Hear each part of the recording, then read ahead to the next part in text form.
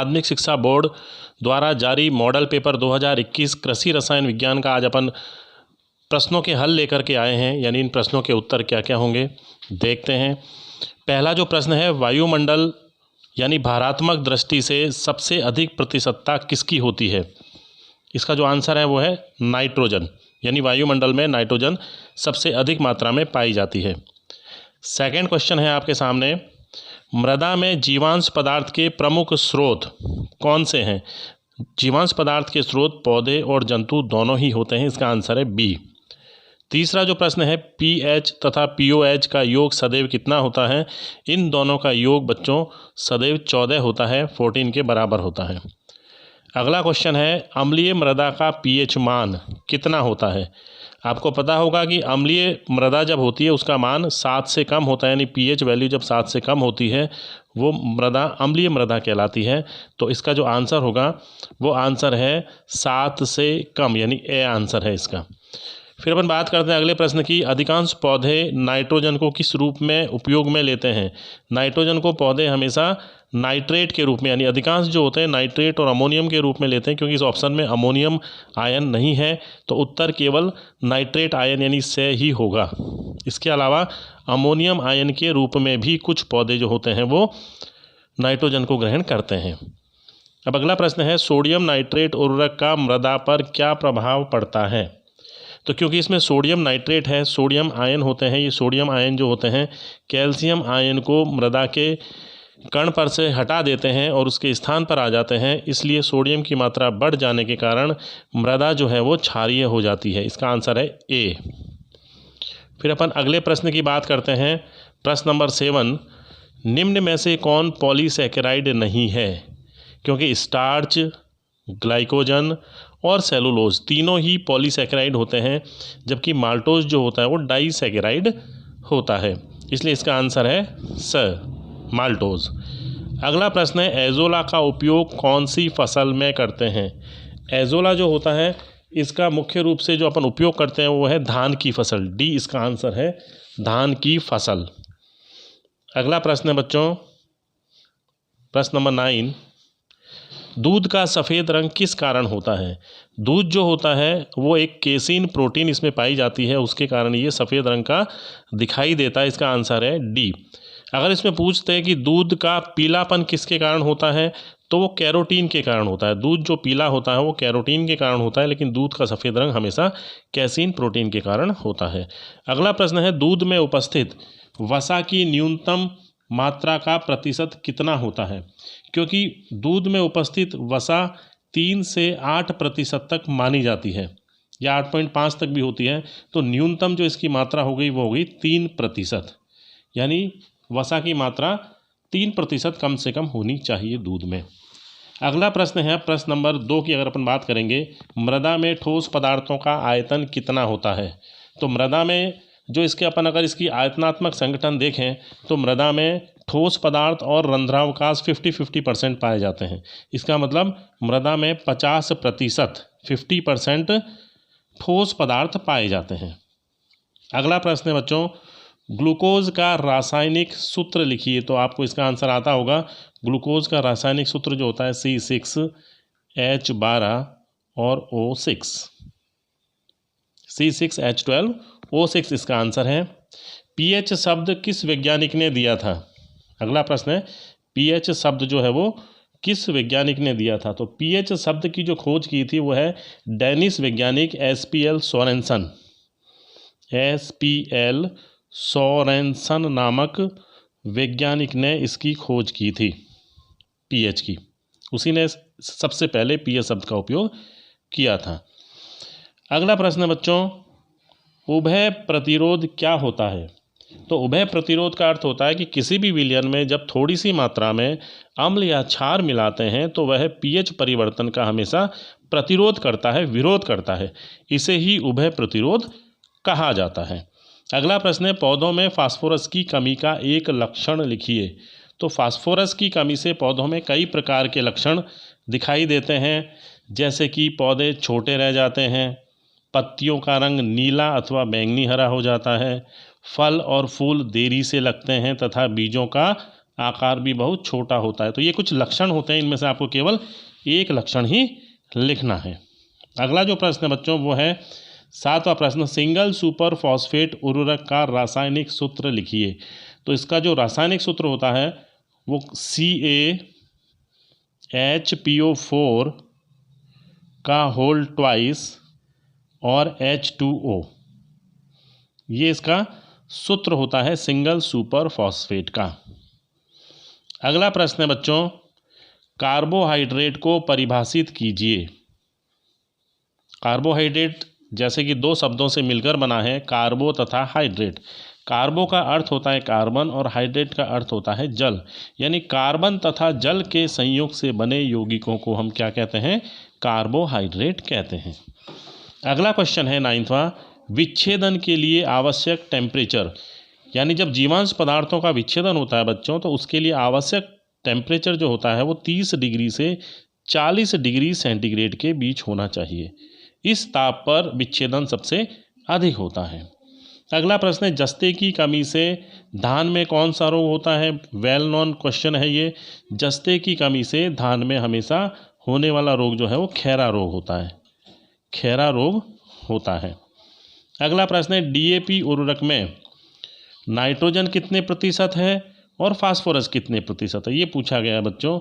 तो DAP जो होता है डाई अमोनियम फास्फेट उर्वरक में नाइट्रोजन तो 18% होती है, 18% नाइट्रोजन और 46% इसमें फास्फोरस पाया जाता है। ये आंसर थे बच्चों जो छोटे छोटे प्रश्न आपको पूछे गए हैं, एक एक लाइन के जो आंसर हैं या ऑब्जेक्टिव टाइप के जो क्वेश्चन थे उनके आंसर मैंने बताए हैं। इसके अलावा जो थोड़े से लघुतरात्मक जो प्रश्न हैं जो आपसे पूछे गए हैं, इसमें भी कुछ हिंट की अपन बात करते हैं, थोड़े थोड़े हिंट की। वैसे तो ये प्रश्न लंबे होते हैं इसलिए इनका उत्तर यहाँ बताना संभव नहीं है, लेकिन फिर भी जैसे कि इसमें पूछा गया है मृदा परिच्छेदिका का नामांकित चित्र बनाइए। तो इसका आपको एक सुंदर सा चित्र बनाना है। परिच्छेदिका यानी प्रोफाइल जो होती है उसका एक खड़ी काट का जो चित्र होता है वो आपको बनाना है। उसमें कई सारी लेयर होती हैं, O, A, B, C और R, इस प्रकार के उसमें संस्तर पाए जाते हैं। अगला जो प्रश्न है, फसलों में पोटास की कमी के कोई 4 लक्षण लिखिए। तो इसके जो भी 4 लक्षण होते हैं वो हमें लिखने होते हैं। अमोनियम सल्फेट उर्वरक की मृदा में अभिक्रिया लिखिए। तो अमोनियम सल्फेट जो होता है वो क्या होता है बच्चों, पहले अमोनियम आयन तथा सल्फेट आयन में टूट जाएगा।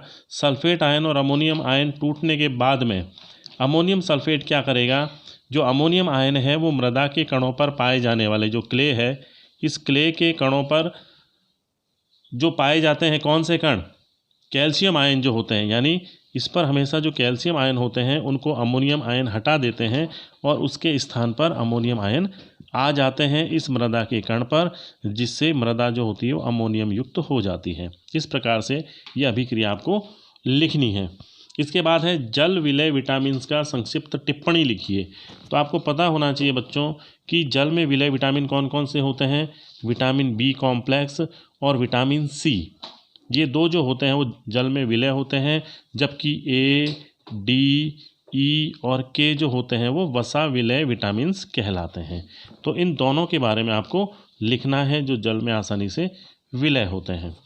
फिर खंड C में जो प्रश्न पूछे गए हैं ये 3-3 नंबर के प्रश्न हैं बच्चों। इसमें भी अपन कुछ देखते हैं। जीवांश पदार्थों का मृदा गुणवत्ता और उर्वरता पर प्रभाव का वर्णन कीजिए। तो जीवांश पदार्थों को कौन कौन से जो गुण हैं या उर्वरता पर प्रभाव डालने वाले कुछ पॉइंट्स हैं, जैसे कि मृदा संरचना, मृदा का ताप, जल धारण क्षमता, वाष्पीकरण, वायु संचार, मृदा अपरदन, भू परिष्करण, धन आयन विनिमय क्षमता। तो ये कुछ इस तरह के कारक हैं जो इस जीवांश पदार्थों का पर प्रभाव डालते हैं। इसके अलावा जो क्वेश्चन पूछा है सहजीविता क्या है, यानी सहजीविता का अर्थ ये होता है कि जब दोनों को ही लाभ होता है एक दूसरे से, यानी इसका आंसर जो है वो है राइजोबियम जीवाणु जो होता है मृदा में नाइट्रोजन को स्थिर करने का कार्य करता है। इसमें राइजोबियम जीवाणु तथा जो दलहनी पौधे होते हैं उनकी जो जड़ें होती हैं उन दोनों को ही आपस में लाभ होता है।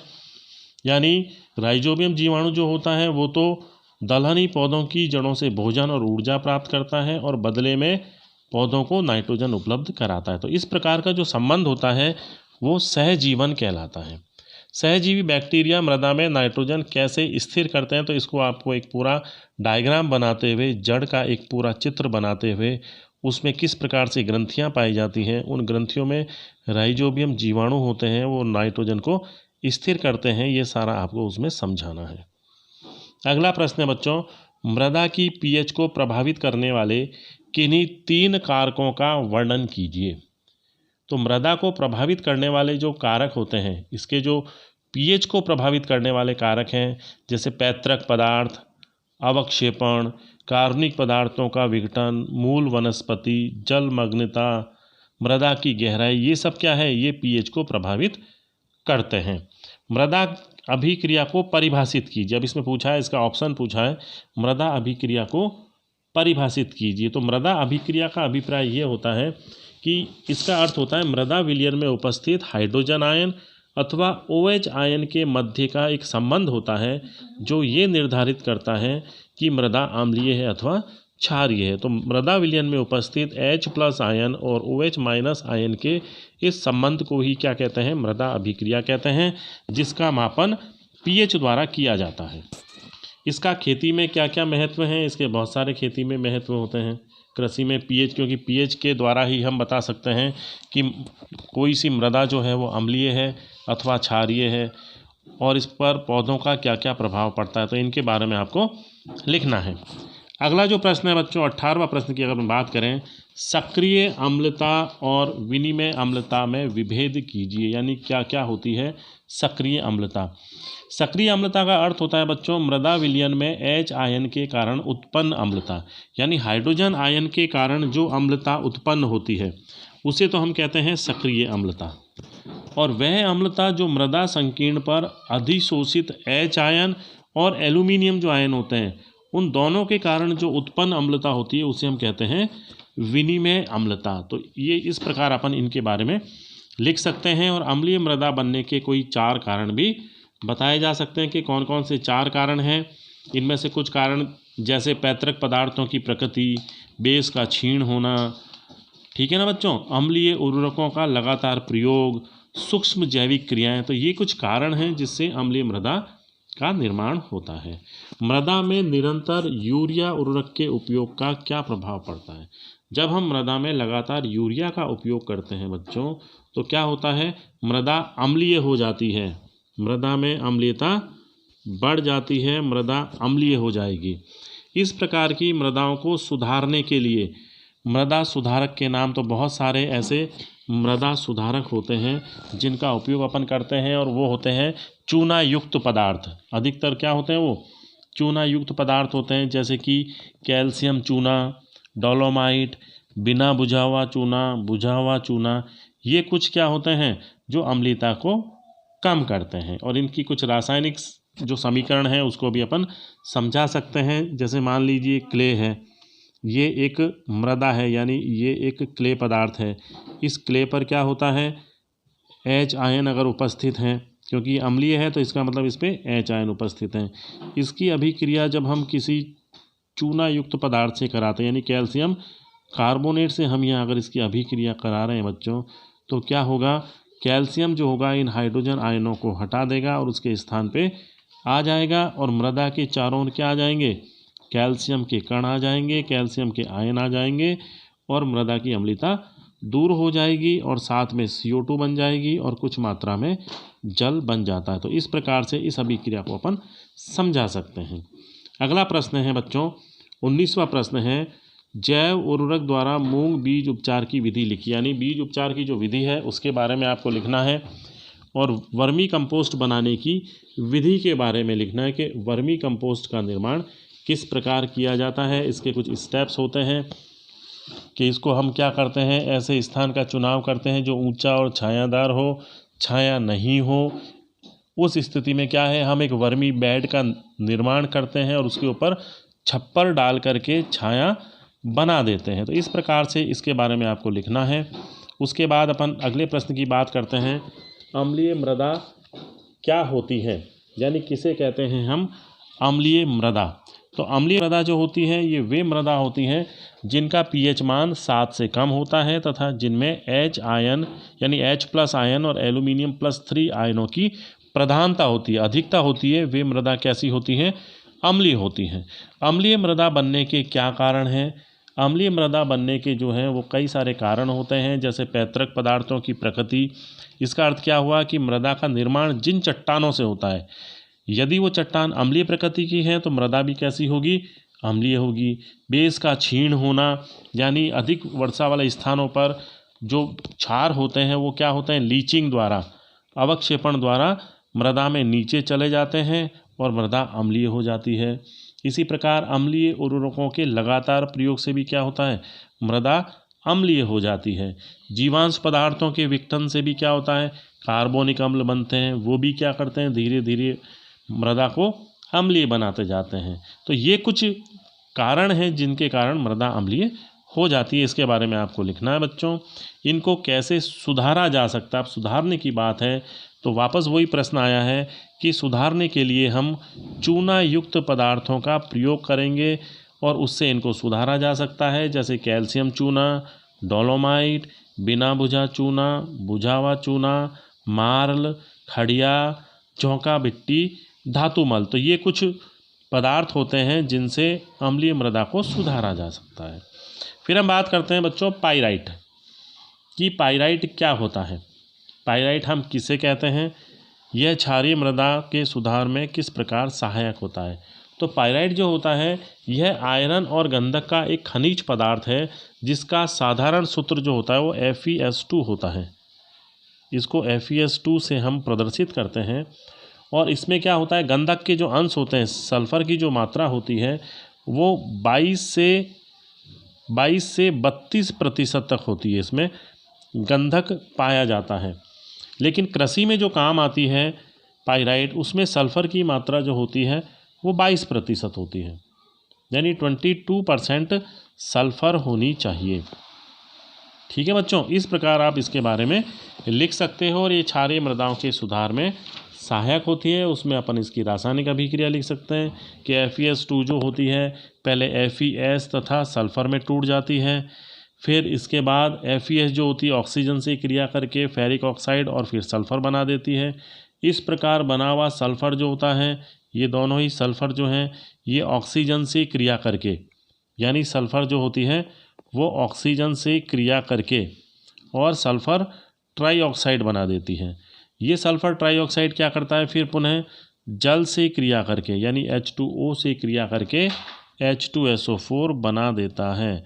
और जब H2SO4 बन गया तो अब H2SO4 क्या करेगा? ये H2SO4 कैल्शियम कार्बोनेट जो उपस्थित होता है मृदा में, उसके कैल्शियम आयनों को हटा देगा और कैल्शियम सल्फेट बना देता है। ये कैल्शियम सल्फेट जो होता है ये क्या करता है?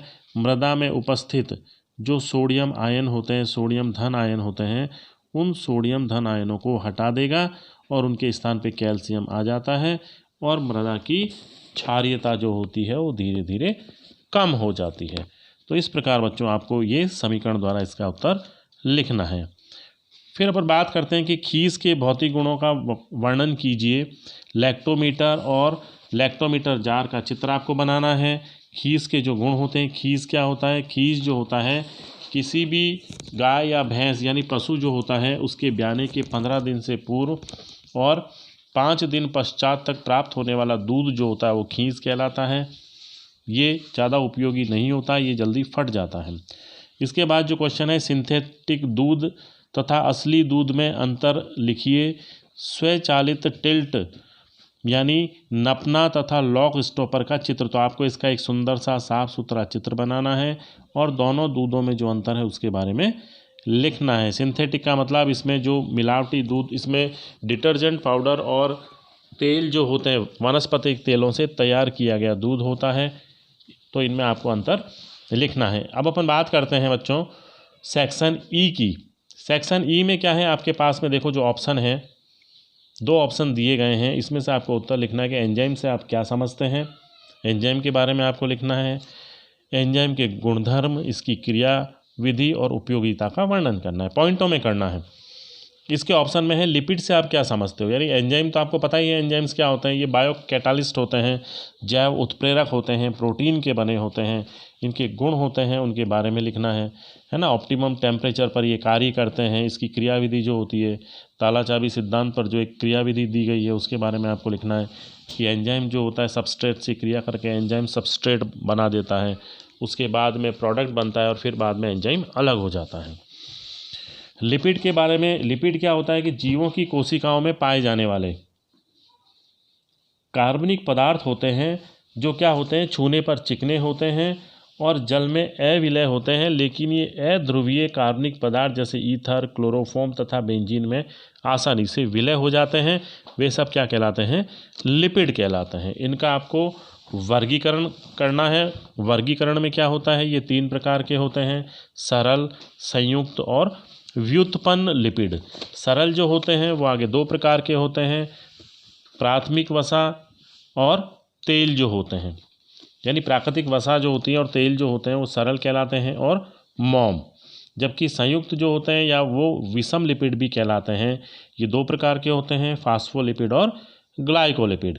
तीसरे प्रकार की अपन ने बात की थी व्युत्पन्न लिपिड, ये होते हैं स्टीरॉइड्स, टर्पीन, कैरोटीनॉइड। तो इस प्रकार से आपको इसका वर्गीकरण करना है। फिर है जैविक कार्यों का वर्णन। इसके जो कुछ जैविक कार्य होते हैं, जैसे वसा जो होती है वो जंतु जो होते हैं उसमें एकत्रित भोजन का मुख्य अवयव होती है, ऊर्जा का स्रोत होती है, कोशिकाओं का संरचनात्मक घटक होता है जैसे फास्फोलिपिड जो होता है। इसी प्रकार हार्मोन संश्लेषण में भी ये भाग लेते हैं। तो इस प्रकार इसके कुछ कार्यों के बारे में आप लिख सकते हैं। इसी प्रकार अगला जो प्रश्न है, अंतिम प्रश्न, वो है जैविक खाद तथा उर्वरक में कोई 4 भेद लिखिए। जैविक खाद और उर्वरक जो होते हैं वो रासायनिक पदार्थों से बने हुए होते हैं बच्चों, जबकि जैविक खाद जो होते हैं वो क्या होते हैं, कार्बनिक पदार्थों का मिश्रण होता है, यानी पेड़ पौधे और जंतुओं के भाग होते हैं, उनके सड़ने गलने से जो बनता है वो जैविक खाद कहलाती हैं। जबकि रासायनिक पदार्थों से बने हुए सारे पदार्थ जो कारखानों में बनते हैं उर्वरक कहलाते हैं। तो इस प्रकार आपको इनमें कुछ अंतर लिखने हैं कि जैसे कार्बनिक यानी जैविक खाद जो होती है उसकी मृदा की जल धारण क्षमता अधिक होती है, जबकि उर्वरक की जल धारण क्षमता कम होती है। जैविक खाद के प्रयोग से मृदा का वायु संचार सुधरता है, जबकि उस पर वायु संचार के प्रभाव का कोई इफेक्ट नहीं पड़ता। इस प्रकार के कुछ आपको इसमें अंतर लिखने हैं। फिर है राइजोबियम और एजेटोबैक्टर जैव उर्वरक में कोई 4 अंतर लिखिए। इसके बारे में आपको लिखना है। राइजोबियम जो होता है वो एक सहजीवी जीवाणु होता है, जबकि एजेटोबैक्टर जो होता है वो एक स्वतंत्र जीवी जीवाणु होता है। दोनों ही नाइट्रोजन को स्थिर करते हैं, लेकिन दोनों का तरीका बिल्कुल अलग होता है। राइजोबियम दलहनी पौधे जो होते हैं उनकी जड़ों में रहकर सहजीवन करते हुए नाइट्रोजन को स्थिर करता है, जबकि एजेटोबैक्टर जो होता है वो स्वतंत्र रूप से नाइट्रोजन को वायुमंडल से और पौधों को उपलब्ध कराकर स्थिर कर देता है। तो इस प्रकार बच्चों ये जो पूरा जो मॉडल पेपर है जो बोर्ड ने इस बार आपको प्रोवाइड कराया है 2021 के लिए, केवल उसके आंसर मैंने आपके सामने प्रोवाइड किए हैं। तो आपको अगर इसी प्रकार के और भी मॉडल पेपर आपके सामने दिए जाएंगे, मैं और भी मॉडल पेपर बनाऊंगा, तो आप इस चैनल को सब्सक्राइब जरूर कीजिए और आगे से और अच्छे प्रश्नों को देखने के लिए आप इसका उपयोग कीजिए। और अगर आपको इसकी PDF की आवश्यकता हो तो मेरा एक टेलीग्राम चैनल है केमी साइंस विद राजेश सर, उसको ज्वाइन कीजिए। इसके लिए आपको क्या करना है, आपको टेलीग्राम ऐप को डाउनलोड करना है और एक अकाउंट बना करके जो ऐप है, मेरा जो चैनल है टेलीग्राम, उसको ज्वाइन कर सकते हैं। तो इस प्रकार आपके सामने बच्चों आज इस प्रश्न के कुछ आंसर्स मैंने बताए, आपके सामने शेयर किए। आपको अगर अच्छे लगते हैं इसी प्रकार के और मॉडल पेपर अगर आप देखना चाहते हैं और आंसर्स देखना चाहते हैं तो आप मेरे चैनल को ज़रूर सब्सक्राइब कीजिए। मेरा चैनल है केमी साइंस विद राजेश सर। धन्यवाद।